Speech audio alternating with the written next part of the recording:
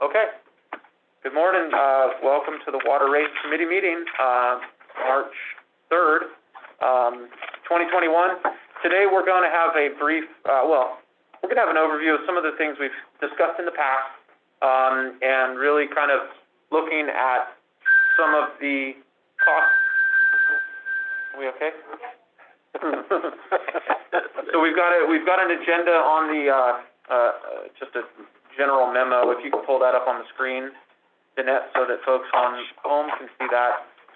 These are the points that we're going to go over today as we continue to develop the 2021 water rates package. First thing, we'll just review the timeline that we talked about last time, kind of get a touch bases where we are. Marvin's going to review the highlights of the 2020 cost of service study.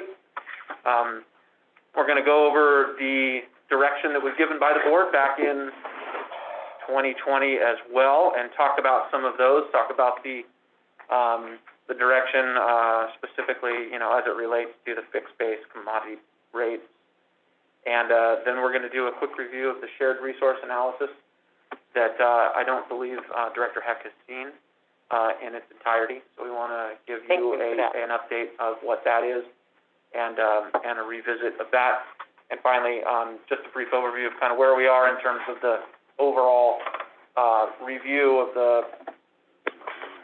5R rate package for all rates associated outside of the 218 process that will be brought to this committee in the coming months. Oh, the 5Rs. Oh, good. 5Rs. Municipal rates and all that. I do know what those are. Chip and his team are working on that. We just wanted to give just a heads up and kind of brief overview of where we are on that. But we don't have anything to bring forth today. Okay.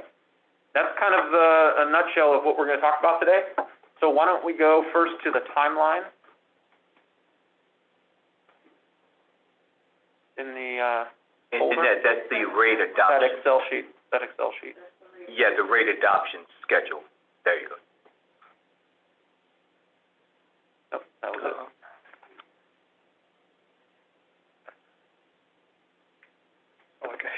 I can't even see it. There we go. I have to go get my glasses. Wait, they're on your head, Ricky. So I know, they're on my face. So this is a schedule that we put together for the last meeting, and it's on track at this point through 2021. We're in March. Today you can see that we're looking at the cost of service and allocation model method. Marvin's going to review that. Hoping that by next month we're looking at bringing Bartle Wells into the conversation as we start really lining out the rate numbers and have them involved in this conversation, so that we're starting to get a little more and a lot more detailed on what a package might look like. So we've tentatively scheduled. Now these are tentative dates. Right. Don't hold anybody to them, but hoping that these dates still work after these meetings, we'll double check. And of course have them posted to the website so that the community and everybody knows what we're talking about. That's Bartle Wells on the 1st of April? Currently, yeah. So right. we've tentatively scheduled 2 meetings in April for the Rates Committee to really dig in and fine tune with Bartle Wells on the line. And then in May, we're looking at kind of towards the end of May, we're looking at proposed schedules, so a little more fine-tuning and a little more discussion. Again, these are drafting and getting information from the public. Then we've got looking at the end of June to have really starting to wrap the rates package up. July, we're having board workshops, July and August, and then looking towards September to October for board approval. If we have another workshop need in there, if we have opportunities for more discussion, we've kind of built a timeline in there that hopefully wrapping this up before the end of October, which coincides with 2021 budget process. That's Perfect. General overview for the rest of the year in terms of this committee. And Marvin, if you want to kind of go forth with the 2020 overview. Good morning, committee, and members of public and staff. And so, Jeanette, I'll have you pull up that PowerPoint. This particular PowerPoint was provided to the board at the March 2020 meeting. And we're going to just go through some of the significant things that the cost of service study accomplished for us. Bear in mind that it's not a completed cost of service study. This is a historical cost analysis, so it doesn't forecast costs into the future. The financial model forecasts costs into the future. Oh, okay. But it is based upon costs we've incurred in the past. And so we'll look at the slides. And then Barter Wells will be here to complete the full cost of service study. They will be using this historical information along with new information. So they combine the forecast with this? Is that what Yes. they do? Okay. This historical information will support the forecast in different, underneath different assumptions. Okay. So we'll look at the objectives that we gave Barter Wells, Water's finances, and then we'll look at the methodology they applied, and then we'll look at the findings. And so, the objective, we were tasked with identifying costs for the treated water as well as the zones. We gave them a big challenge. And as we got deep into the study, they produced it, cost by zones, but as we continued to try and determine if that was the best approach, we soon discovered that that approach wasn't appropriate. It would cost some zones exorbitant amounts and some zones a little amount, and we determined that that wouldn't be equitable. This study was based upon historical data over 3 years. We pulled data from 2017 all the way through 19, and then and we took the averages of all this data. So whenever you are trying to identify the cost of a particular variable, you don't want to just use 1 year. You could have an anomaly. So we use 3 years, an average those 3 years, so you have a better feel of it. This third bullet point is important. Cost of service analysis difference from a full rate analysis. So again, this is the historical cost to provide it. In the future, does the future always mirror the past? Sometimes it may not, but that's what we have is the past. And then we look at the findings. So you can go to the next slide. That's just a pretty slide there of one of our reservoirs. And so we'll go to the next one. Now maybe you could blow this little guy up a little bit. That would be appreciated. Okay, we need to start the share over because it's stuck. Did it get stuck? Yeah. Don't want it stuck.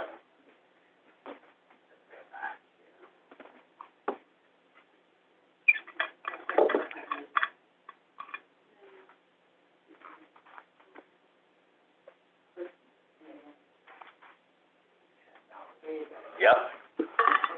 Beautiful. I tell you, without technology, we really couldn't work now. Couldn't. Oh, that's true. We couldn't work now. Here, No, everything just would have stopped. that's why it's important to have one in here. Okay. Okay, so what this slide does is that it's simply examining our estimates and our budgets, and this is Barter Wells gaining an understanding of how our operations work. Barter Wells have been with us for, I forget how many years, but they are understanding. Water relies substantially on sources to supplement the water rates. When we look at our shared resource analysis, you will see approximately the true cost that water would have to bear if we did not have that. Funding sources from water rates total over $30 million per year, excluding bonds. And then, Wait a minute, 30 million? Are you talking about the 38 million? That was 2019 and 2020 is 44. yeah, I'm just trying to yes, follow where you are. other than Yeah. water rates. Me too. Funding from sources other than water rates, total over $30 million. So he's saying funding for sources other than water rates. So when you look at the operating rates, right? The treated water rates, you look at water rates, right? Well, hold on, wait, are you talking about operating revenues or Operating revenues. Thank you, Yes, okay. yes. Okay. Oh, but they're all combined in this, I'm confused there too. 'Cause Yeah, it is the- confusing. Yes. The transfer ins are also combined with it. Yes, this particular, slide, think of it in terms of the same way that we do our budget. And the goal of the, rate analysis is to show what the water rates are paying for and then the other sources that are coming in to support it. And so when you look at the treated water revenue of about 19.2 million for the 2020 budget, and look at the wall riders, so the revenue is about 26 million just from water rates. Right. Look at all of the other revenue that is coming in to offset the rates. You got 13.5, 2.3, 600,000. So you got about 20 million in revenue coming into the water fund, other than just water rates. Right. Mm-hmm. And so that's kind of significant when you think about it. Well, that's because part of it is the 13.5 million transfer in from hydro, Yes, right? yes, yes. And this is acceptable. I mean, hydro was created for that purpose. That's right. And so now you look at the non-operating revenue. The non-operating revenue, the property taxes, about 13, and then we drew down the bonds. Mm-hmm. We were estimating we were going to draw them down, and we did draw them down. And so this here slide shows you we estimated the budgeted net income for the water fund at about a negative 180,000. It turned out to be significantly greater, but we estimated that. So this slide is just essentially Barton Wells getting a good understanding of how our financial model works. Okay, so you can go to the next slide. And go to next. Now, this slide here is essentially what they did to be able to come up with their understanding of the cost. Treated in raw systems. Then we looked at systems by zone.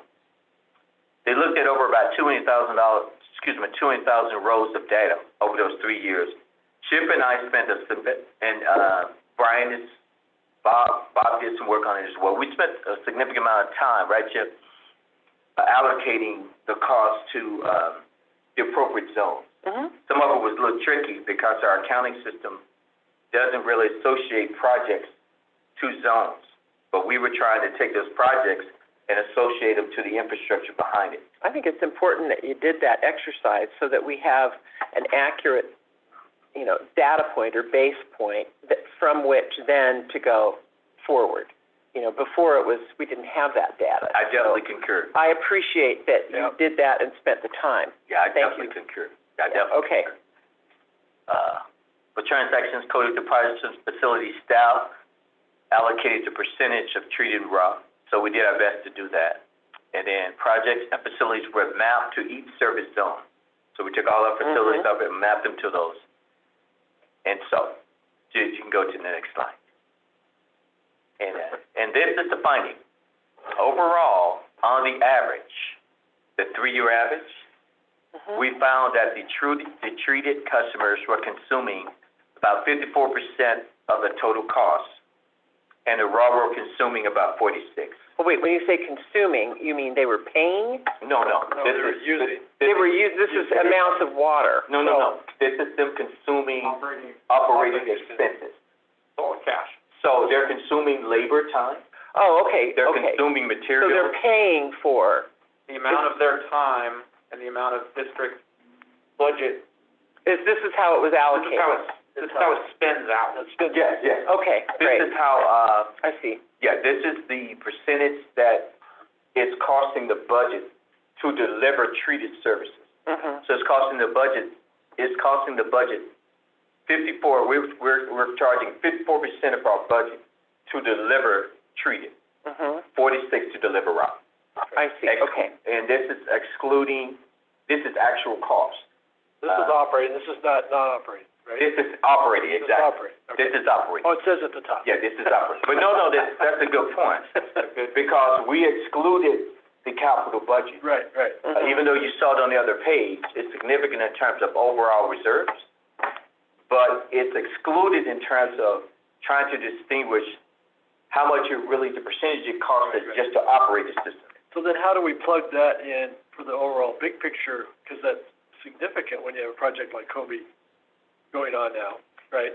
How do we look at that? Do we have another chart that shows non-operating and capital improvements for each category, for treated and for raw? That's a good point to be working. We don't allocate our capital budget by treated and raw. We don't do that. Okay. However, obviously, a lot of the capital budget is supporting treated infrastructure and raw infrastructure. Right.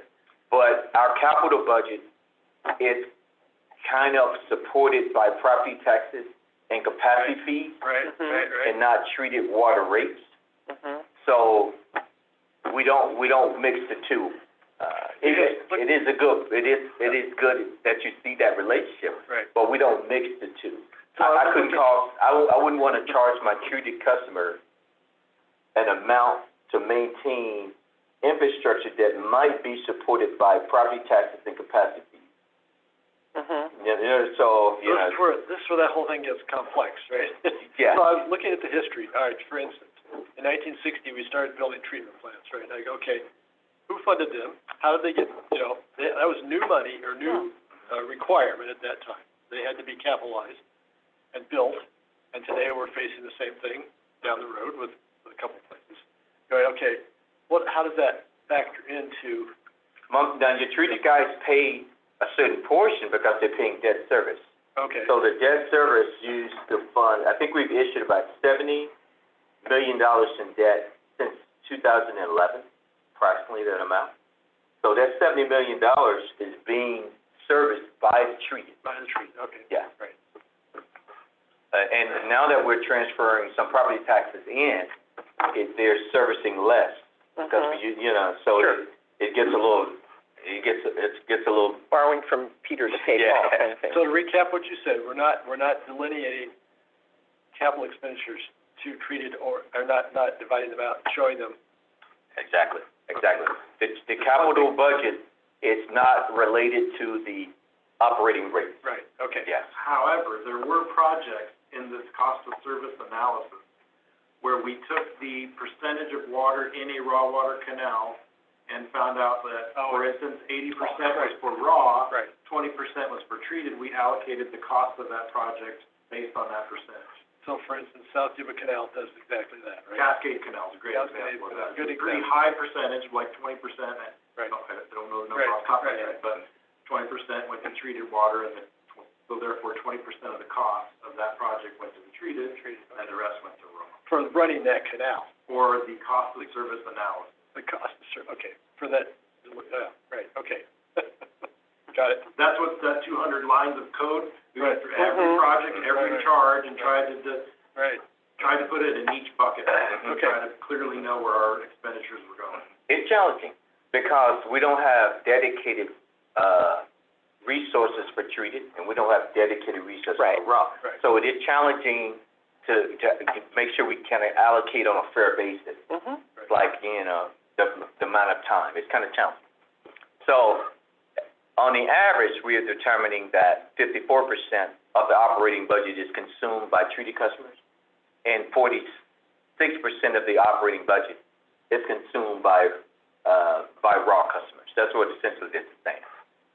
And this percentage you'll see, as we look at the allocation methodology schedule, Mhm. you'll see those two percentages, 54 and 46, they're going to be in there. Right. I remember that from the cost of service Yes, study. yes. Yeah. Okay. So we can go to the next slide. Okay. Concluding comments. Water Division relies on substantial funding from other sources to supplement water rates. That's fine. There's no thing. Water funds fund less than half of the annual operating and capital expenses together combined. He probably could have left off capital because capital is being funded by property tax. Mhm. Current level of transfer ins from hydro are not sustainable. We've determined that. We couldn't use $13 million a year. Right. And so, NID has conducted a comprehensive effort to identify costs, treated and water systems, service zones with each system. Treated and water rates not aligned with operating cost of service. What he's saying is that currently the treated percentage that they're paying is not aligned with our analysis. Treating right now is paying for, roughly 60 something. Right, I remember that. So Yeah. treated was paying, according to this, a greater percentage than the cost. There you go. Yeah. The cost. And that's what he's saying here. And so his recommendation, real line costs would result in major impacts to wall water customers. Right, That shouldn't be a surprise.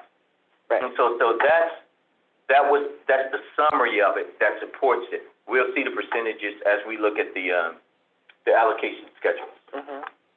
Okay, so that's kind of the review of the cost of service study.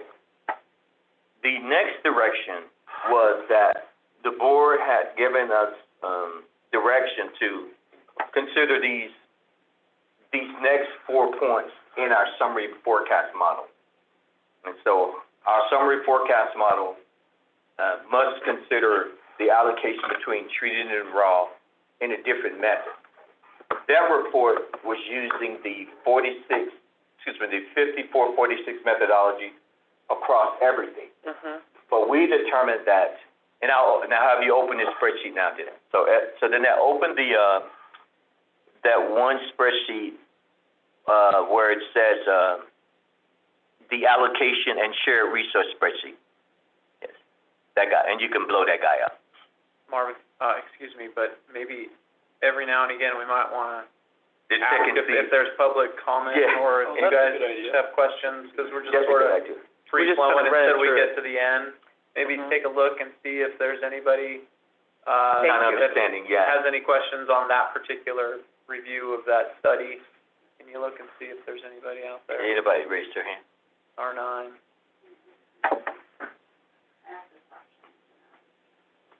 And this study will be fully trued up by the time we adopt rates, because this study is going to support the rate adoption. So we've got a great head start on it, because we could understand now how the historical analysis took place. And then we're working with the front end, the forecasting model. So the study itself will be fully trued up when we take it to the board. Yeah, so I'm not seeing anybody, *9 if you're listening, that'll raise your hand if you have any questions at this point, and we'll just keep coming back People after are each of these probably, sections. they're probably listening in. Okay, all right, go ahead, keep Okay. going. So, and you, there you go then. Now this spreadsheet here, and, scroll down just a little. This is the one that took me forever to understand. That's okay, that's okay. This spreadsheet here, this is significant. This is the, That's right. this is the foundation of kind of why we're charging people what we're charging them. Mhm. This is significant. We've taken our 2021 budget and we've broken it down between what we're calling support departments and delivery departments. And the support departments are departments that we can't really find a relationship between our cost and charging to a treated and a raw customer. Mhm. The report that we Makes just sense. reviewed was trying to use the fields relationship. Right. And we don't want to do that. And so essentially, we got about $20 million in our budget that we're kind of calling support departments. And when we think through it, logically, they are. Accounting is supporting everyone, including hydro, including red, everyone. Right. We can. So that being the case, we determined to use, so scroll up just a little. Scroll up. There you go, Danette. So that being the case, we determined to use the number of accounts as the basis to spread the cost of these support departments. Could we found another allocation base? Yes, we could. But the number of accounts, we believe, is a fair enough representation of which type of customer is consuming our time. Right. That being the case, the treated accounts, we averaged it, not just taking 1 year. So we averaged the treated accounts and we averaged the raw accounts. Based upon that, treated is consuming 79% of the overhead budget. Raw is consuming about 21. So now we scroll down.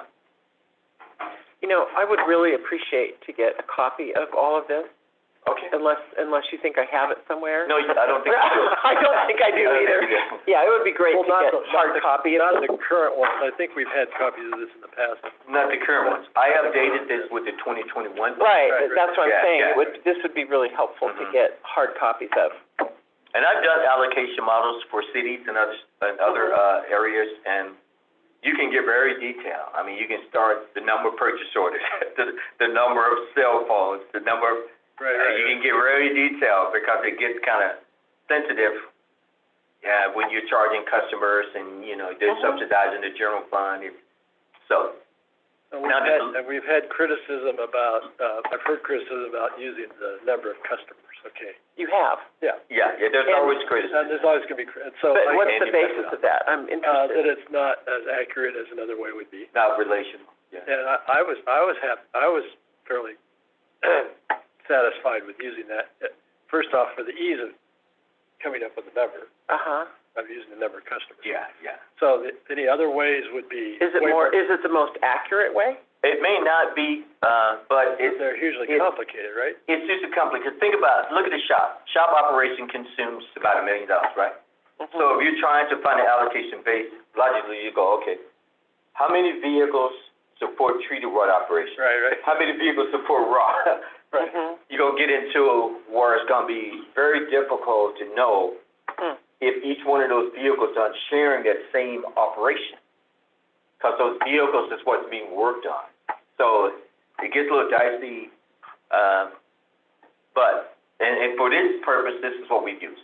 And historically, we've used the number of accounts. Right, And that is a common methodology used by Other agencies other throughout That was the state. This is not Right, something that is right. unique to NID, And that was and the that first we're argument. making it up. The You know, first so- argument I had, yeah. this is not, we didn't dream this one up. No, This has been not at all. done someplace. But we've done the extra mile. We've carved out about over 50% of our budget in the delivery department, and we've ran them to the right customer that's consuming those. So we went the extra step. This is Chip's budget and Bob's budget predominantly, and their budget consumes about 21 million of the operating budget. Their operating budget is allocated based upon the cost of service to serve analysis. So when you look to the right, you can scroll down just a little bit to that. Scroll up just a little, excuse me. When you look to the right, you see that 54.46. Mhm. That's where that guy comes into play. And so based upon him, we're allocating some of our costs. So let me just repeat so that I can understand. So for the supporting departments, you're allocating it at 5446.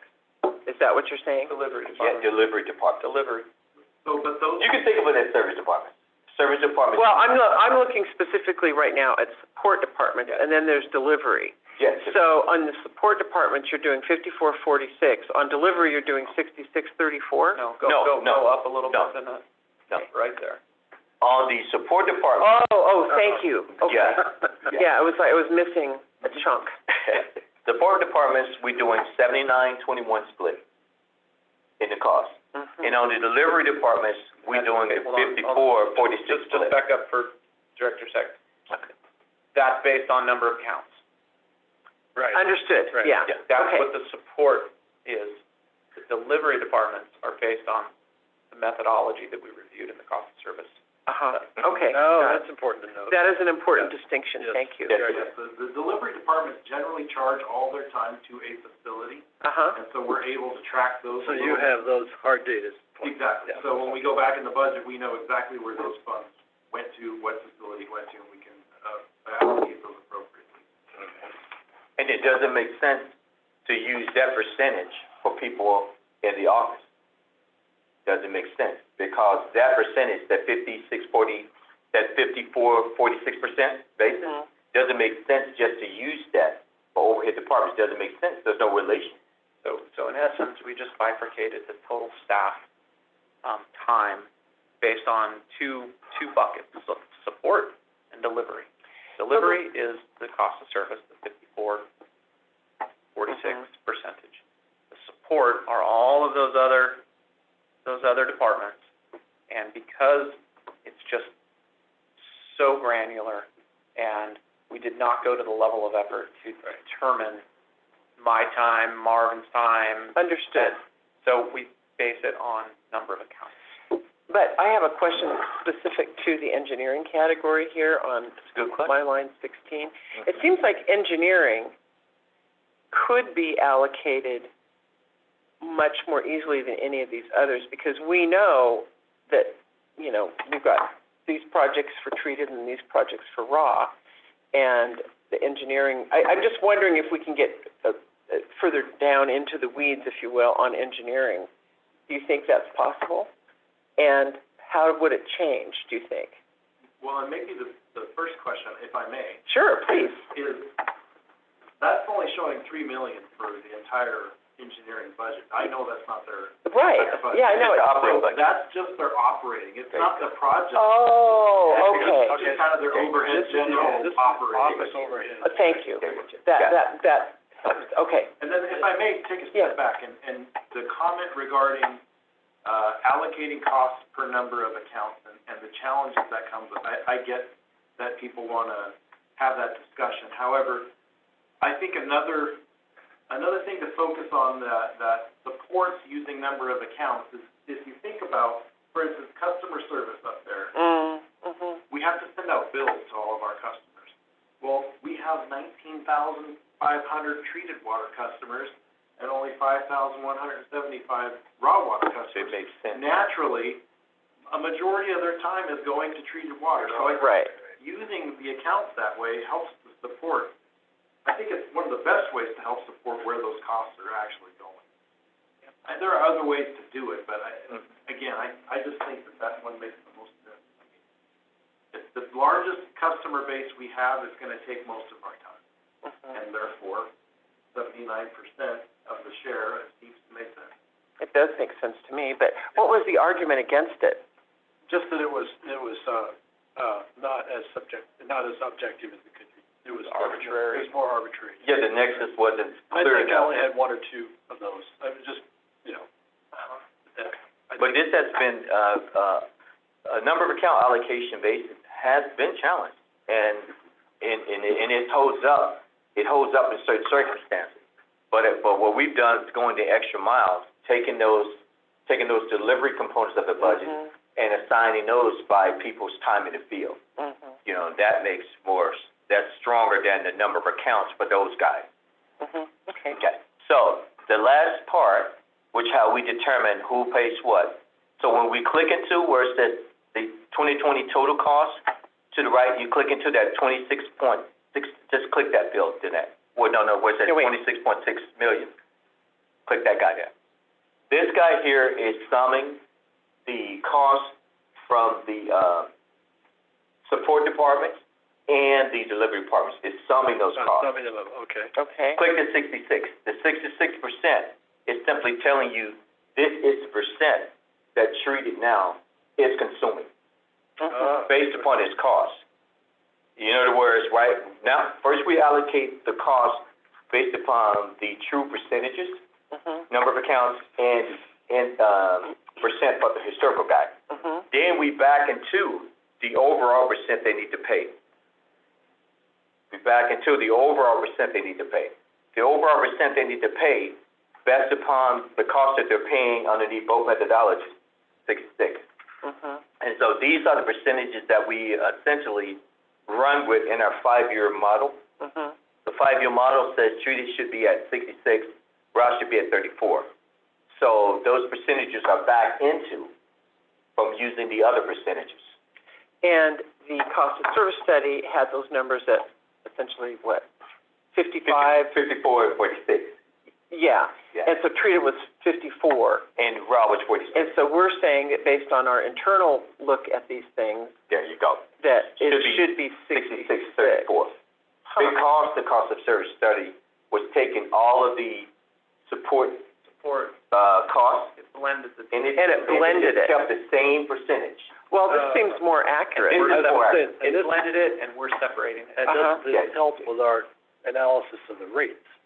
Yes. This one helps a lot. Yeah, this does help a lot. This is, in my opinion, more supportive if our rate study gets challenged in court, this is more supportive. Okay. The methodology is stronger. Yeah. Right. Yeah, it's stronger. Oh, this is good. Okay? This is And good. so that was direction from the board Yeah, to provide a hybrid, Right. and we have. right. The board also asked us to make sure that the rates were essentially moving toward 50% fixed Mhm. recovery and a 50% commodity. Mhm. Right. That's in our water rate forecast. The forecast itself is showing fixes recovering about 47% and commodity recovering about 53%. So we're moving closer to that 50-50. We're not at the 50-50 yet. So, just so that I'm clear, is that, the percentages you just said, is that this year in 2021, or is that forecasted out to be done by the end of 5 years? That's a good question. Yeah, that's. For 2021, Right. for 2021, once we calculate our percentage recovered, the fixed portion is gonna be about 42, 43. That's, I was remembering it kind of Yeah, ticked up as we went. Ticked up a little time. bit, yeah. Yeah, So, but over time, we can design the model that will be at 50-50 at that 5-year plan. but That would at year encourage 5, that, because your revenue then are not Yeah. as sensitive to the, Right. changes in usage. right. So those increases are gonna be incremental to the bill. They could go either way. I mean, you could say that we're gonna hit, we're gonna do it all at the first year, Right. and then it slowly, it reduces the rate over the next few years, Right. or, so whichever way that is determined, that, or it could be incremental over the years and you get to it over the next 5. And we accomplished that by, within the model, increasing the fixed base rate a little greater Mhm. and reducing the commodity a little less. So we accomplished that over the 5 years. Sure, Yeah, we won't increase the cost, we'll just increase We the just- rate right. with the recovery. right. Yeah. The percentage of, okay. So we will work on that as we continue to go through the model. So that's Okay. a philosophical question we can have going forward, what to do specifically with that one. Whether it makes more sense to, or is it a bigger hit, how, because that's fuzzy in my brain. Yeah. To the customer, right? It's fuzzy, I mean, I'm with San Juan Water, and San Juan Water's base rate is 75% of their bill, Really? even if I don't use a drop of water. Well, and They're almost insulated from usage. Mhm. the argument, then that segues to the discussion about what do we do about a drought, when we're in a drought, right? The drought is almost the drought conversation is almost immaterial. I mean, If your we- base rate is 80% of your. Well, that's right. Yeah. Well, that's Yeah. Using that a drought Using protection. that as an offset for drought, which we in the past did not have, right? Right. And that's my feeling about needing to do that, to help. Well, drought and conservation both. I mean, Right. so we can encourage conservation and not take a huge financial hit. Right. And we're still accomplishing the goal of conservation, which is use less water. If There you you go. recall in 2016, 2015, when we did the rate study and the 218 process, I think it was in 2018, we talked about the fact that the district lost $3.5 or I thought the number was $5 $8 million It was during the like drought, million. and that's because our differential was about, it was It was 30. Big, I was thinking it was 35, that's what I for- remember. For fixed, Yeah. or It was big then. variable, or, Yeah, I remember. It was big, Yeah, Real that low. was, and so we did lose money, and people had a hard time making that connection that, well, we're in a drought, we should be conserving, you're actually mandating us to conserve because the state's mandating, you're supporting conservation, but then 2 years later, you come back with a rate package and you blame the fact that we had a drought that you lost money, mhm. right? I mean, that's just. Yeah, it's a hard one for folks. between the rock and the hard place. Well, I've been here now for 3 years. I mean, my directorship has been 2+, and before that, I attended virtually every meeting and attended a lot of those rate meetings. And, I mean, I'm only just now I really do have a full understanding about why that is the way it is and how that's important. I just can't imagine we can expect the average ratepayer to go, oh, yeah, no problem. Yeah, it was a difficult conversation. Right. Yes, and it will continue to be a difficult Then I conversation. think it's more difficult with the raw water customers that are. So let me ask, let's talk about the theory. The theory of that is because our infrastructure is there.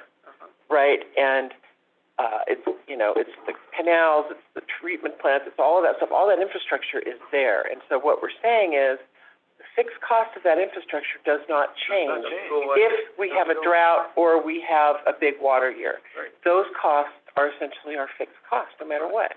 That's right. So that's the theory of why we need to get our base rate up higher, or high enough to help take care of those fixed Right. costs. And I think, you know, in April, when we have Bartle Wells here, Mhm. with a greater knowledge, in the industry and in the West on rates and how water districts are setting rates and looking at this fixed and variable cost, I'd like to hear from, is it, what's his name? Alex, yes. Alex, yeah, that's right. His conversation about this, because there's, you know, as we get further and further into potential looking at droughts, you know, most Mhm. water districts and agencies are changing this methodology, as to, you're exactly right.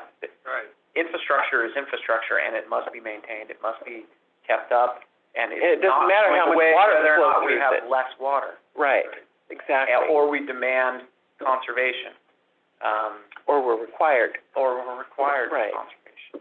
Or both. All the above. All the above in the drought Yeah, situation. yeah. Yeah. Okay. No, that's good, that's a really good point, and then knowing that, or having, that's third-party verification of the theory, right? I just think it'd be nice to Applying hear it from him to- on that. I agree, I agree. And I know that those base rates, you know, you're saying San Juan is 80%, I forget, PCWA's is, No, I think they're higher. they're higher than 50. They're more than 50. They're more than 50. Everybody is, yeah. Yeah, and so it, you know, it just, it makes sense, right? You know, you've got your house and it has a fixed cost, right? But you still have to maintain it, whether you have 10 people in the house or whether you have 2 people in the house. You still have to paint your deck. Still have to fix your roof. That's right. Your refrigerator still runs, whether That's right. And so, throw eggs in there or those not. theories, I think, are really important to help They are. the public understand why we are where we are. That's all. Absolutely. Okay. Thank you, Marvin, and Okay. on and on we go. But I really do want hard copies Yeah, of this. oh, okay. yeah. Okay. Everything. Okay. Everything here. The third point, developing the rates, assuming a substantial transfer in. We are doing that in the rate model. I think the rate model now has about 6 million. That's what I recall. That's correct. We're gonna try to do 6 million Yeah. going forward. Yeah, and that seems to be a good level.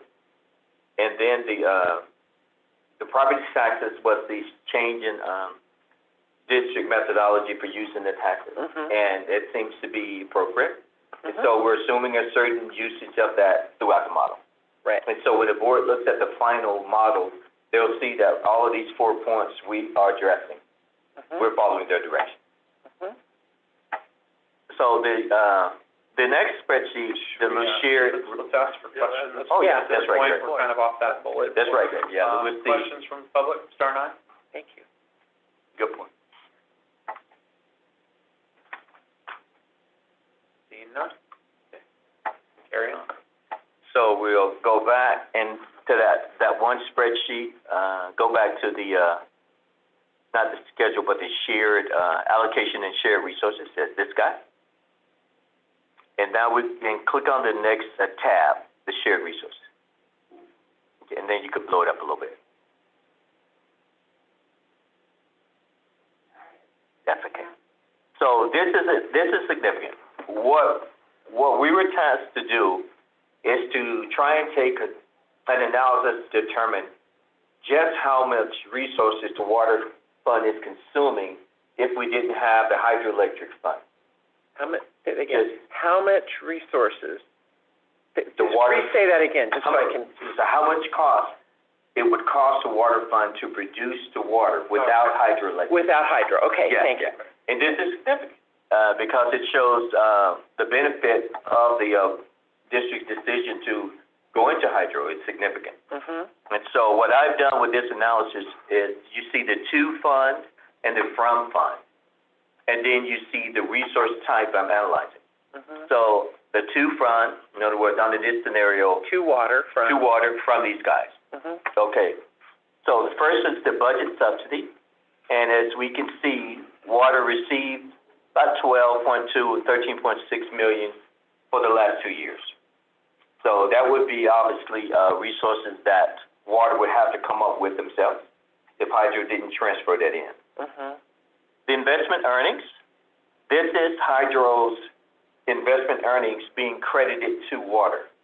So hydro reserves, all the reserves are pooled, and we're allowed to pool them. Our policy says that we would use hydro's reserves to credit water for the administrative overhead water is giving hydro, processing hydro's payroll, giving hydro general manager, financial, blah. Mhm. So this is that. So hydro, we transferred in at about $1,019,000, in 2020 about 900. Mhm. The recreation is the same deal. Recreation's investment earnings are also given to water as well. And then, now this last component, and we have a detailed spreadsheet I'll open in a minute for this. This last component is Ken and I looking to see what we believe it will cost to bring water down to Scotts Flat and Combi reservoirs. Right. What it From will the high cost. country is From the what high country. you're talking about, okay. Yes, and so obviously they would have to bring it down for our customers. And explain the The theory. cost of service Yeah. study Uh-huh. starts at the outflow of Combi and Rollin. Or Scott's Flat. Scotts Flat. Scotts Flat, Scotts yeah. Flat, I'm sorry, and Rollin. Yes. So anything above that, Has not been assessed on the cost of service study. why is that? Because it's not in the water fund. Right Oh, now, I get it, right because now, it's hydro. yeah, it's hydro, I- but if hydro didn't exist, Hydro didn't Water exist, gotta go what up would there it and get cost to get the water? That's a good, okay, Why do you gotta that's go what get we're it? answering here. yeah, that's But what we're yes. answering. So we can't just say it costs like $6 million that we're transferring in? No, exactly. No, and that's why we say water, Oh, because Scotts Flat and Combi, Yeah. because everything above that, above that is pretty much So not, cost of hydro, and that's, not only do they give us a transfer in, they provide the upper country service. They're There you paying go. for the upper There country you service, go. which is another big number. It's a big number. We're gonna go into the details. Yeah. So, Jeanette, I want you to open this one schedule. It's called the 2021 budget for hydro. So you can see that we kind of we put some thought into this number and didn't just throw a number up. So you can open it a little bit. There you go. Now, the first component of the number, as Ken said, these are the bodies that water would have to hire or either consult out, right? These are the bodies that he would have to bring in, that water would have to bring in with their benefits if we weren't using hydro's labor. By 2.3 million in labor and salaries and benefits would have to come in based upon Ken's understanding of bringing that water down. Chip, this part, does it seem, I think Well, this wait, is reasonable. so are you saying then, is it accurate to say that these positions work only in the high country, therefore you're charging or essentially allocating 100% of the salary and benefits to the upper division? That's a good, yes, you can Because- say it like because that. I- You because- can say it like that. Well, because your senior hydrographer, for instance, just to pick one, does that person never work in anything other than upper division? I would say when Ken did this analysis, he's saying that if hydro was gone, Yeah, you need to hire a senior hydrographer additional. okay, I to see, bring it down. I You see. need to hire him. So those are really two different questions, right? It's like what the costs are versus what you'd have to do if these. This is the cost. Well, no, but see, I disagree. I don't think that that is accurate. What I'm saying is that at present, that 2.3 million represents 100% of the time of those positions. No, it doesn't represent that. Oh, it does not? But what it represents is this. Think of it, if you didn't have hydro, you would need someone to take over your hydrographer responsibility up north. If you didn't have hydro. Understood. Could you use that hydrographer in some of your responsibilities down low also? Yes, you could, but you still gotta hire him. You still gotta hire him. We don't have one. Even if you gotta hire him, even if hydro have one now? is not supporting that function, right? Yeah. You gotta hire him. So I guess. But you see what I'm trying, where I'm trying to find, I'm trying to make sure this Trying to is get in the weeds. accurate. Yes, I know, I'm sorry. No, I I'm appreciate that. So let me see if I can help you a second here. Okay. So this number here, 2.3 million, represents the fact We have all of our upper division dams, structures, facilities, and waterways. We just don't have the powerhouses any longer. Can you say that again? So, We have the dams and facilities and structures and water courses and everything that we gotta take care of, including the regulatory environment, the compliance, all of these other elements that are gonna, Dam Still- safety doesn't change, right? dam safety does not change. No, it doesn't. So still has to be, we still have to pay for the work that's to be done. This is assuming that if we had no powerhouses, take away the 83.2 megawatt hours of power we produce every year, it's gone. We would have to still have these positions in NID's arsenal in order to ensure that we are meeting all of the statutory, regulatory, and operational needs of bringing the water from the upperest most division of Jackson Meadows Reservoir all the way down to Scotts Flat and Concord. These positions still state that we need these positions that would have to be, to keep the water to keep the water flowing. coming, and the water division would Have to pick up pick that up these cost. costs. Right. Okay, Does that help? that helps. And this is just, the first charge is just the labor, just the. It's the labor, we're gonna get into the materials and other stuff. We got more- Okay, we got more goody, to go. that'll be fun. Yeah. Right. Yeah, and we could ask Chip, if we didn't have hydroelectric, could your staff absorb bringing that water down, or would you need additional staff? No, and that's why. That's what we're saying. We did get with Ken and we talked about, the additional needs to cover the additional miles of canal that would Okay, need to be covered, and that's how we came up with the staffing charge. What's the bare minimum we would need if hydro didn't exist to still cover all those canals? So if you were taking it over, you'd have to have these additional people to do that. Well, between operations and maintenance, Yes, right. essentially. It would be operation and maintenance, which is the 10 fund, the water fund. Right, okay. So now, that's the labor component, would benefits also, salary and benefits. The next bottom is the non-labor. So the 50112, the 4.3 million, if you click on that tab, then that says 50112, and you can blow it up a little bit. Okay. And you can scroll down a little bit.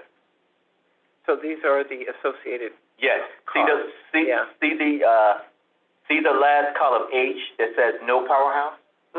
This is Ken going through his budget, seeing what you still would need if there were no powerhouses. I see. Well, that's actually a great exercise. It is I a really great want to exercise. study We that. went into it. We didn't just throw it dark. Right. He No, looked at it. I appreciate that you did that, right. because this is one of the things that, I have been asking, and other board members have expressed interest in, is really kind of doing a cost-benefit analysis That's right. of those hydro plants. That's right. And so this kind of sheds a light on a different aspect of it. And I try to share this is the unseen that the raw water customer doesn't, oftentimes they Don't want to see it, yeah. All they see is the. You're right, Director Heck, in that this is a different view at the overall, an element of the hydro cost benefit that you've been talking about, but the purpose of it was that there's a benefit that the powerhouses and the electric portion of Bring. NID's overall organization brings to the water that hasn't, at least that I am aware of, really been discussed. And this was a way to highlight that ability that, hydroelectric brings cold hard cash of $6 million or $13 million to the table every year. But they also bring $7.5 million in non-cash benefit. Non-cash benefit, right. In non-cash, that was really They interesting. deliver the That's a good way water. to say that. That's what it is. Right. Yeah, it's a non-cash benefit that if they weren't there, water's got to put that cash out. Right. So that when you scroll down a little bit. Nonprofit world, that's the in-kind contribution. Yeah, that's an in-kind Of the contribution. hydroelectric Thank you, department hydro. Go down to the bottom. to the water department. No, stop right there, yeah. Can you write that out? Okay. And so these are the categories that Ken went through and essentially assigned that you still would have to do to get that down. So we scroll down to the bottom, my spreadsheet just sums up the total for 50112, which is the 4.389. See the 4.389? Wait, no, I'm not seeing where that is. Column H, CH 212. Column H. total. Yeah, the Oh, total. 4.389. Yeah. So what you're saying is, without hydro, water would have to still pay 4.389 Yeah, and non-labor. in non-labor. Yeah. You still gotta do 2.985 million in capital projects. You gotta add those together. Still gotta do it. Still gotta. Because that infrastructure has got to be maintained. Right. So, that being the case, and we went through that through every one of Ken's budget. We went through his maintenance budget, 50161, and we went through his operations budget as well, 50167. So real quick, how does hydro pay for all that right now? Sales of electricity. Right. Right. So otherwise, like capital projects, that'd come out of, property. Understood. So then, looking down the road, when some of the power purchase agreement, expires and all of the changes in the electricity market,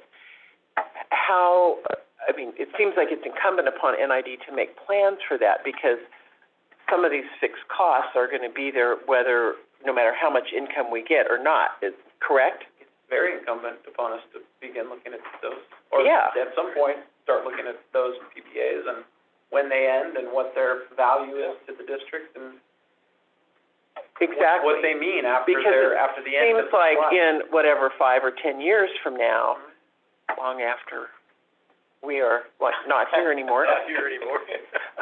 Never know. No, I'm going to be alive. I'm just saying I may not be here. Be at the board.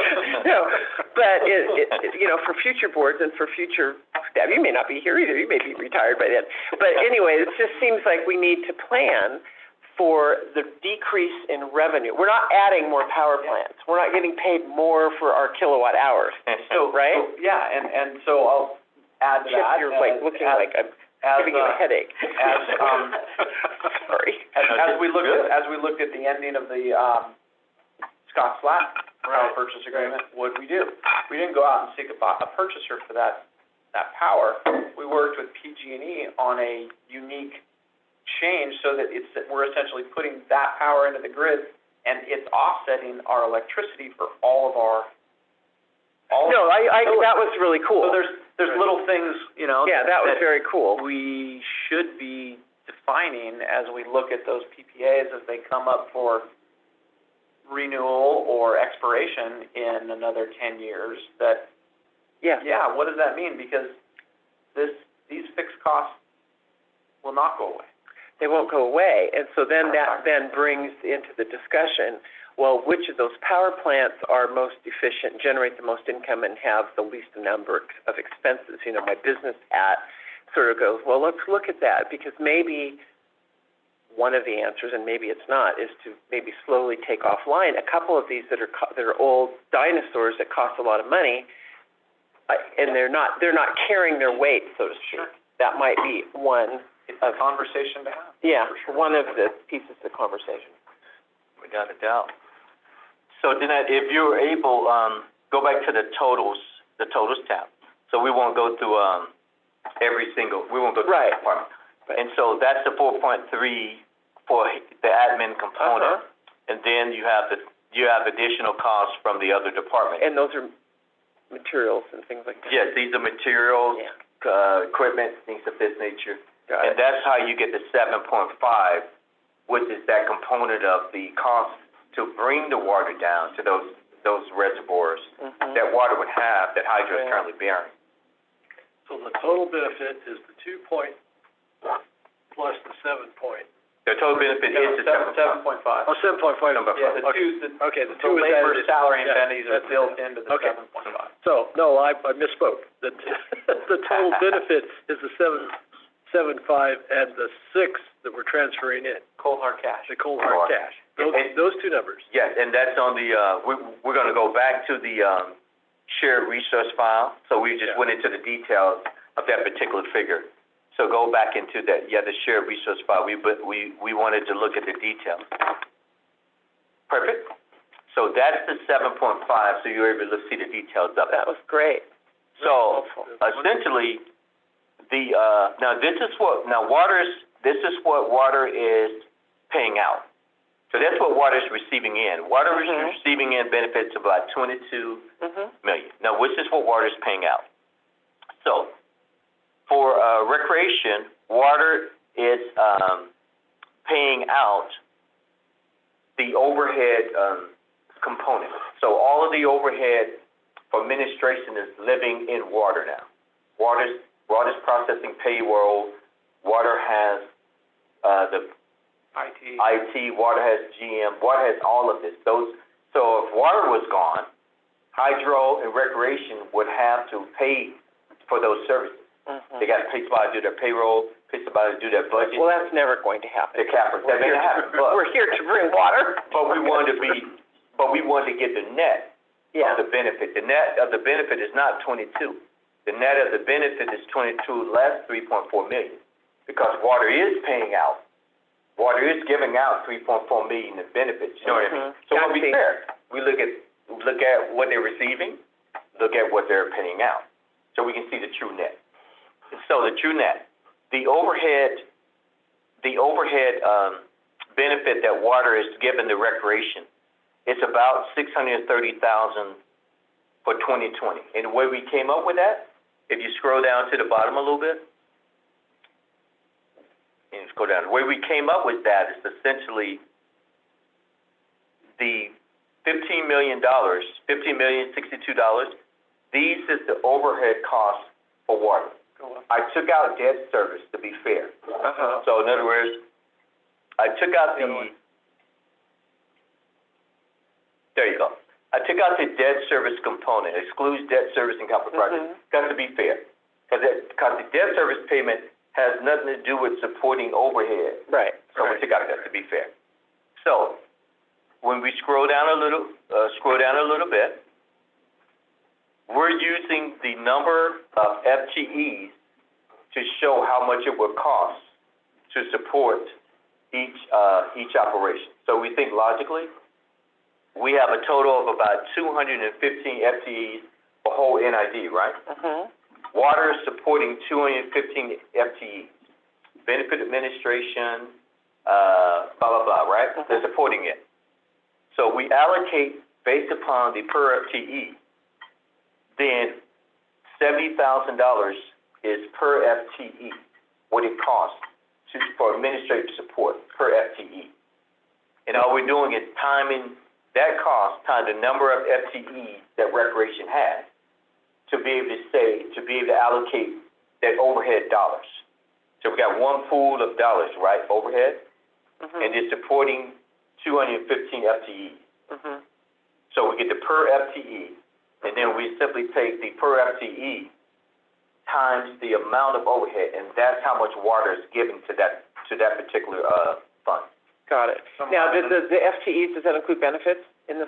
Yes. In this? Okay. Yes, it's everything. It's everything. So is that calc, is that 9 times 70,000 then? And There you go. That 9 times 70,000 should be just. Or 175 times 70,000 would be, yeah. Yeah.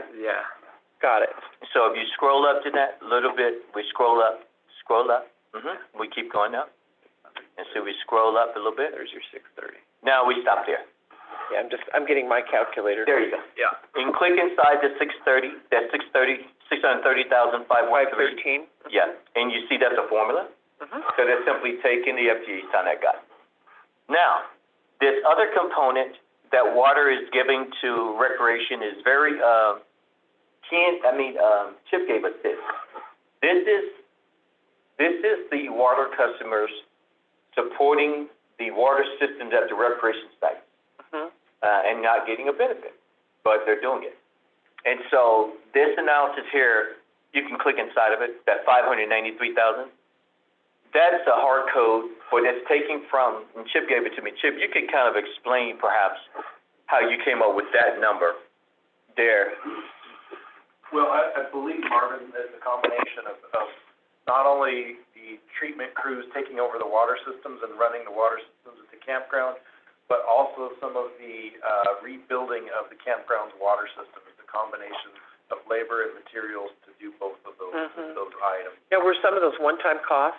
Some of those were, but being that we added, 4 or 5 new systems, and they all needed to be revamped, and we've made it through about 3. Oh, got it. We've got a little ways We've to got go, ways but to go. All right, yeah, fair enough. hopefully in the future, and maybe 5 years from now, those costs should go down. But the labor portion to run the treated water facilities will be there in perpetuity, because they are public drinking water systems, and have to be run by certified operators. And Chip, isn't it also some one-off, we say sites on there, some operational costs on, for instance, wood? We just, in the last M&R, we talked about the new boat launch, Retaining wall. retaining wall. Yeah. We had maintenance working on that, right? So that would be one of those, in this particular year, this was 2020, but 21, that cost for the time that our maintenance folks had spent on rec, doing this work for the rec department, because they don't have, they use some of their labor, but they don't have the skills and expertise and the capacity that our regular operations and maintenance folks have. So anyway, some of that, it's the cost of maintaining the water systems at the campground, certain And we charge, activities. and they charge their time, so we ran the reports showing the facilities they charge. And so, be that as it is, you can see the benefit that the recreation system is receiving, but in the recreation system at this point, unfortunately, they're not distributing any money out. So recreation is receiving that 1.5 million. You could kind of think of that in terms of, if we didn't have water, then rec would have to do all of that still to run the campgrounds. So you Well, kind of think if we didn't have water, if we didn't have hydro, because aren't most of those recreation facilities there as a result of FERC requirements from hydro? I think so.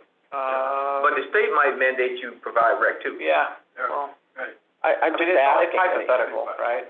So Good question. I don't know. Okay. So, not sure on that. Okay. And the last area is hydro.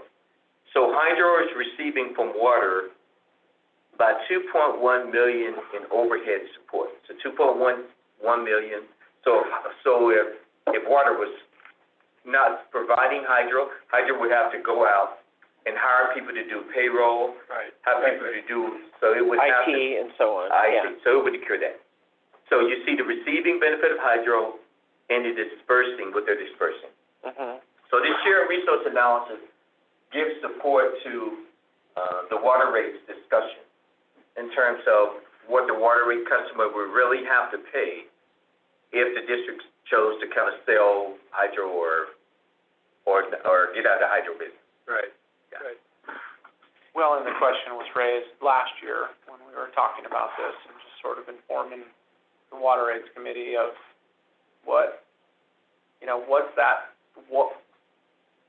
what's the cost that water ratepayers are paying to support rec? What's the cost that water ratepayers are paying to support hydro? Shouldn't they be doing their own thing? Why is the water ratepayer supporting and subsidizing the rec? Well, that's a good question. And this answers. This is the analysis. But I think that's really wonderful analysis. And my other comment about this is, gosh, the full board ought to be able to see Well, that's this. Jared going, what point? I know, this is really important data and information that really informs whatever rate decision the full board comes up with. This is really, really fundamental, it seems to me. Our costs and the shared resources and all of that. Yeah, I definitely agree. So, I guess I just want to see it. pull that out there. But I know everybody probably is sick of these terms, but, truly having a workshop with the full board, and maybe the time to do that was when Bartle Wells comes, so that the board can hear Bartle Wells and they can see this in whatever order that it makes sense. I mean, Yeah. yeah, the board definitely, that might be beneficial. Well, I think it would be, well, I mean, Well, I think it is based on the trend that we're proposing for what we do at committee meetings versus what we do at board. yeah, And this is one of those, because I fully agree. I sit here going, okay, wow. Yeah. If the committee goes to the board and says, here's our recommendation based on this, and they go, well, what about this, what about that? You know, right. I just think this informs everybody. I think it's really important, and I know it's kind of a long, you know, a big use of staff time, but it's one of the most important things we're gonna do this year, so. This would be planned to be brought forth to the whole It board. would, okay, Yeah, good. yeah. This was just concepts of the committee and Yeah. getting the committee comfortable with what this is, so that we can then. Well, I think this is excellent work. Mhm. Yeah, a lot of thought went into it in terms of, how we would fairly, determine resources that are shared. Mm-hmm. So a lot of thought went into it, so, Yeah. without a doubt. And so, I don't know if there's any questions that the public may have regarding the shared resource analysis?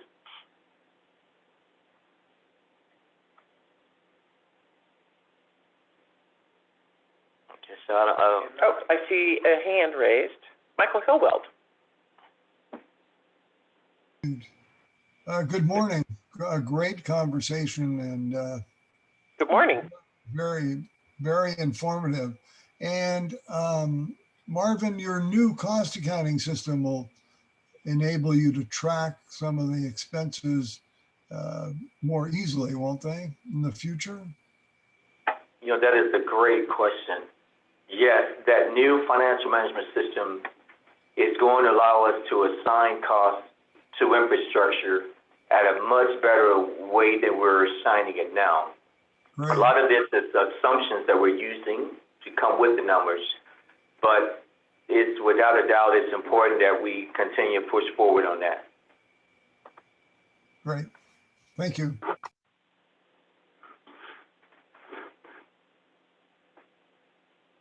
Anyone else? Okay, seeing none. Any other thoughts on that particular resource analysis? no, It was great. Except it is planning. We will have it at the board. Good, yeah. I think As that's, we discussed this whole package process and, getting it. I think specifically that last item about, this is how much hydro contributes to the water. yeah, that was real eye-opening. That's a big one. That's Mhm. a big one that, like you said, I think it's been behind the scenes so long. It's not that anybody was hiding it.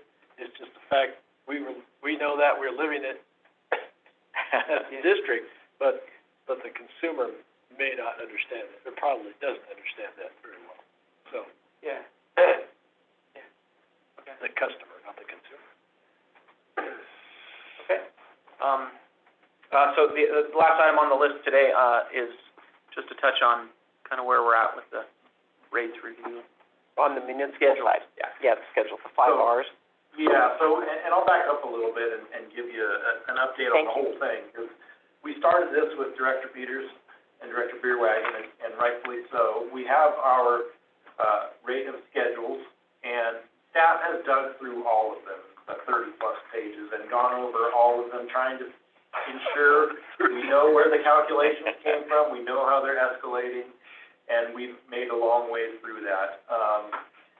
And it's clear to us that some of these are based on the rates that the board sets through the Prop 218 process. Mm-hmm. Some are based on CPI, some are based on actual costs. And so staff has been digging into each one of these schedules and updating them per how they've been calculated, or if they don't make sense, trying to make them make sense, and then footnoting everything in great detail so that when we bring this back to the board, we can very clearly explain how we came up with the rates, how they're adjusted every year, and then everybody from this day forward will know and it'll be very clear. Having said all that, we're still digging into the cost of labor on some of these analyses, so we're not quite ready yet. Probably in the meetings in April, we'll have a package together for you. Well, I appreciate that because I went through those 5 Rs and it was like taking a jigsaw puzzle and throwing it on the floor. Well, you can imagine some of our meetings asking the question, well, how'd they get there? Well, it happened in 1885. Yeah. I know, it You may was, laugh, but I had to dig back to 1985 to get some of the Right, right. calculations. I believe it. that Aurora has done through our and, historical. you know, fluctuations. and I think it's, you know, some of those didn't look like to me there had been any increases for long periods of time. And so, was there some agreement that they got water forever at this rate? Yeah. And maybe it is, I don't know, but it was, like I said, it was just like shaking up pieces of a jigsaw puzzle and throwing it on the floor. So, and and figuring it that, out. and for that one, you're speaking of Schedule 5R, which is our municipal rates. And yes, that's one of the more confusing ones. And I think it's only become confusing because of how we've updated the schedule over the years. We've had people called out in there individually, we've backed that back out, and it's kind of a hodgepodge. We're gonna simplify it. Oh, good. And it's just gonna be, here's your municipal rate for in-district, here's your municipal rate for out-of-district. Awesome. Done. All of our municipal agreements just say, for your pricing, refer to Schedule 5R. I know, So, I know. it's very simple. right. So moving forward, that's gonna be our goal. That's what I thought, I'm like, oh my goodness. But I couldn't, I mean, I'm like not stupid, and I couldn't figure out what the rates they were. It gets very confusing. It was really crazy. We're gonna clean that up. Oh, good, I'm And happy to hear that. one of the, things that has come up though in this rate analysis, is the fact that for some reason, the treated water rate that we are charging is not, it is our base rate, our normal base rate, but the consumptive rate is our normal rate divided by 2. So, for whatever reason, when they initially set this municipal rate before my time, they only charged them at half the consumptive rate. Whether that's right or wrong, I don't know. That's something the board gets to help us make the decision on that. And so we'll bring that whole package and we'll have that discussion at this committee and decide if that's the appropriate rate or if it's not. I have a feeling they set that rate because these are bulk customers. Mhm. And they're trying to keep the rates low for those folks. That's why we had the raw water schedule, and the more you bought, the less you paid per inch, right? It was a negotiation of some Yeah, sort. Yeah, and that's still an argument today I hear from one teacher. yeah, Sure. It's a hard one as we, Yeah, the that's right. state continues to preach conservation, but, Right. this really only affects the city of, Grass Valley and, the city of Nevada City. They're gonna be the two most affected. And when we bring this forward, we'll bring those numbers to you so we can help, inform that decision as we go. The raw water side of it though, their rates are, much higher than our normal ag rate. They're in fact 8 times higher, and that's because we are guaranteeing a firm supply. Mhm. They're not subject to outages the same, we have to ensure they have continual supply. Sure. So that comes at a higher cost. So we're pretty comfortable with the raw water side of this. It's the treated water side that has been brought up, and we will be discussing further. You know, there were some, when I was looking at that or just kind of perusing it, there were some lists of the highest users, or was it the largest dollar customers or something, somewhere in there? Yeah. And so there were some interesting folks that I was not aware of, and one was the old Grass Valley Group campus that then became, now it's the Bithany Springs, education facility of some sort. And are they under some really old agreement? Because the name on the agreement, this is a little off topic, I'm sorry, but that brought up, it's like, so are they paying what they should, or is that part of the mix that we're gonna look at? So they are under a contract that was developed, when they first got water, and it was under Tektronix, I think is who Right. did it initially. Right. And that contract still remains in place and it goes with the property. So whoever the new owners are, they're Oh, okay. automatically taking that water contract. They're purchasing the raw water from us at the municipal rate, and they're treating it on their own and delivering it to their building. Their contract, however, it does reference Schedule 5R, but it also has a minimum purchase. So they're required every year to buy X amount, so. Yeah, I just thought, oh, I know, I'll take this, I know the facility pretty well, and let me see if I can figure it out, and of course, I could not figure anything out. Yeah. So there's no sunset clause No. on that? No. So it's in perpetuity, presumably? Presumably. And how many in perpetuity contracts do we have? Oh, we have quite a. Quite a few, and so that would be an important thing to also, like, just have on the side. It's like, oh, we've got, Shoot them guys out, yeah. I would, well, I don't know, I mean, maybe yes, no, or maybe we can't, I I don't would know. have to double check that one. It may not be in perpetuity, there may be an off-ramp in it. Uh-huh, I don't know the whole thing off the top of my head, but many of our contracts have off-ramps. The ones with City of Grass Valley, Nevada City have off-ramps. sure. But there are others, like, the tar canal agreements. Yeah, I know the Those tar are totally in perpetuity. is like a We can't touch them. completely separate. But can we touch some of these others? So, And the rates, Well, okay, so wait, can I Go just ahead. interrupt? So on the tar, if we take our base rate and increase it, the tar gets their consumptive, I mean, I'm just trying to figure out, right. you know, The agreement on the tar, was developed at a time before there was such thing as a base rate. oh, okay, so it's It just, just simply says you're gonna pay X amount for your water. So but what if we try that? So we have Do we go explored back that, to court then? we have explored that with legal, We have? yes, we have. Okay. And legal has told us they don't believe it's defendable On Yeah. that particular one? on that particular one. How about some of these other in Most of the other ones are not written in the same manner. Okay. There are many that are, thank you for your easement, you'll get X amount of water for free every year. I gotta tell you though, a lot of those agreements have gone away, Yeah. and it's because the land use is Right, changing. changed. A lot of those, like the Lewis Forsyth agreement was down off of the Hemp Hill Canal. That is now all Village One, and so that agreement is gone. So they are slowly converting over as the properties change. fascinating. Yeah. This history is fun, isn't it? Well, it is fun, and it's also, your hands, or NID's hands get tied in some of these things, because as a ratepayer, you go, well, how come they get water at X and I have to pay Y? That's not fair. Well, they had this old agreement, well, so what? You know, I mean, I can see where people get grumpy. You get grumpy. And then there's any analysis done on what they cut, what the net loss to the district is if we can't change in perpetuity contracts per year. Is it 1 million, is it 7 million, or is, you know, how big? That is a good question. How big a chunk is that? Because it may not be worth, you know, the cost benefit of going in after those may not be there. Yeah, that's a great question. And I don't think one we've explored fully. But I And some of suspect, them, we have, but. some of them, being in perpetuity, it really won't matter because we can't change them. We But can't the ones that are variable, yeah, it might be interesting to know what that total is. but I suspect we're not talking about a lot of dollars. It's not. Or in the big picture, in the scheme of the big picture here. Right, because a lot of them are small volumes of water. Right, And right. so therefore the cost is not huge. Okay. But you gotta weigh that against the benefit you have received from that agreement. That right? agreement, So- yeah, don't forget the benefit that we negotiated there, right? Exactly. We got something, yeah.